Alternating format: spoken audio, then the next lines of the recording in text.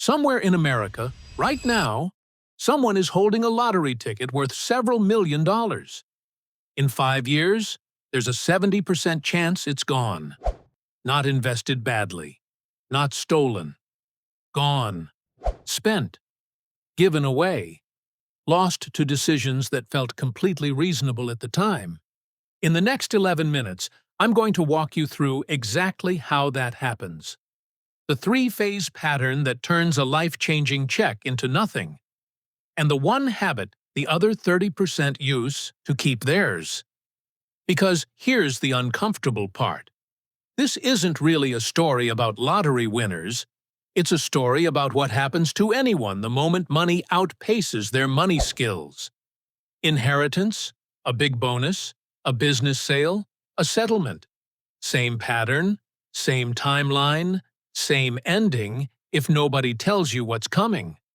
By the end of this video, you'll know exactly which phase does the most damage, and the 3 unglamorous moves that separate the winners who keep it from the ones who don't.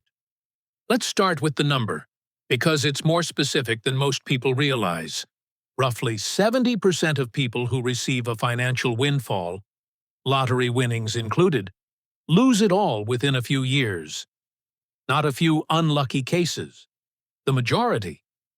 The National Endowment for Financial Education has tracked this pattern for decades.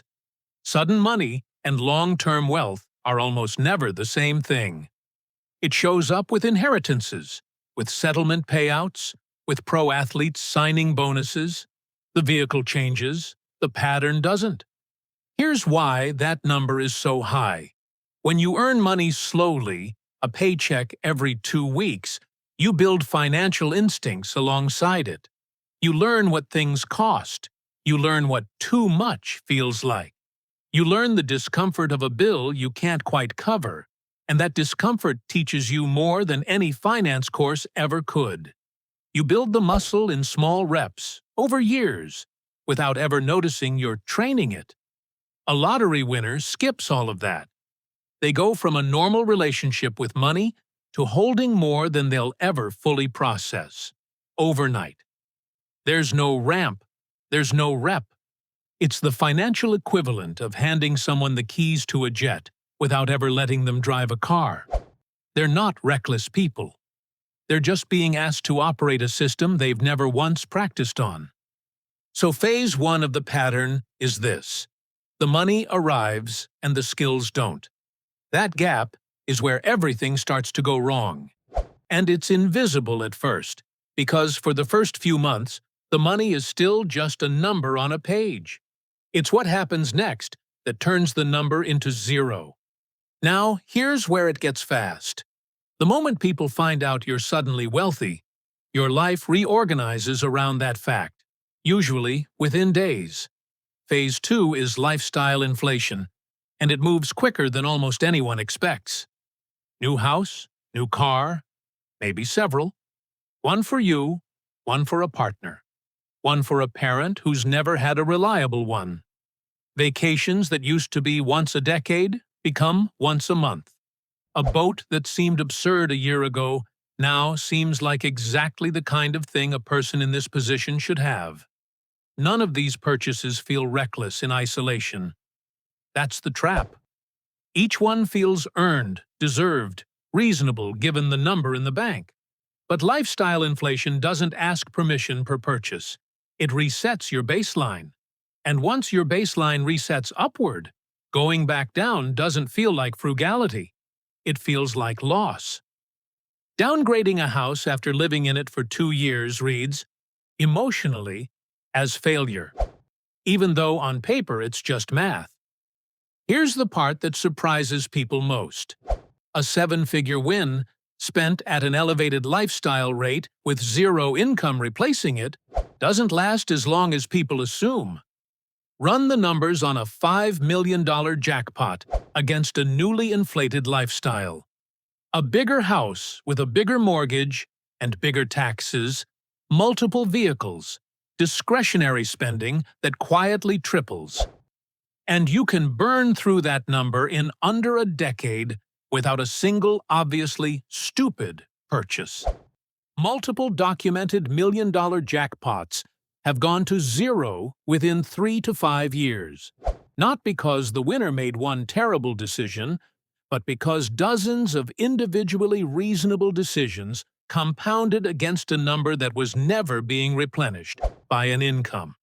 If you're doing the math on your own finances while watching this, good.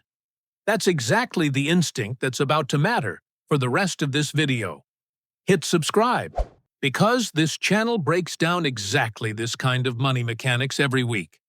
Not the hype, the actual model underneath it. Phase 3 is the one almost nobody talks about, and it might be the most powerful force in the entire pattern. The people around the money. The moment your windfall becomes known, you become a resource. Family members with sudden emergencies. Friends with can't-miss business ideas. Distant relatives who reappear for the first time in a decade, sometimes with a story that's technically true and still designed to move you. Each individual ask feels small compared to the total. Each yes feels like generosity, not depletion. This is called the social pressure tax, and it's rarely one big withdrawal, it's hundreds of small ones. A loan here, a gift there, co-signing something you shouldn't, funding a cousin's startup because saying no while sitting on millions feels impossible to justify out loud, even to yourself. The math of any single request looks harmless. It's the accumulation that does the damage, and because it happens slowly, in dozens of separate conversations, most winners never see the total until it's already gone. Winners who've spoken publicly about losing their fortunes almost always describe this same moment. The math was never the hard part. Telling people no was. And it's worse than ordinary social pressure because refusing doesn't just risk awkwardness. It risks being labeled as someone the money changed, which is often enough to make people say yes just to avoid the accusation. Stay with me here, because this is the part that actually matters if you want a different outcome than the 70%. Everything up to this point explains why people lose it. This is what the other 30% do instead. The 30% who keep their money don't do anything exotic. They do 3 unglamorous things immediately before spending a dollar. First, they wait. Financial advisors who specialize in sudden wealth almost universally recommend parking the money in a simple low-risk account for 6 to 12 months before making a single major decision. Not because the money needs to grow, because the winner needs time to stop making decisions from adrenaline. The waiting period isn't a financial strategy. It's an emotional one, and it's the single highest leverage move on this entire list. Second, they build a team before they build a lifestyle.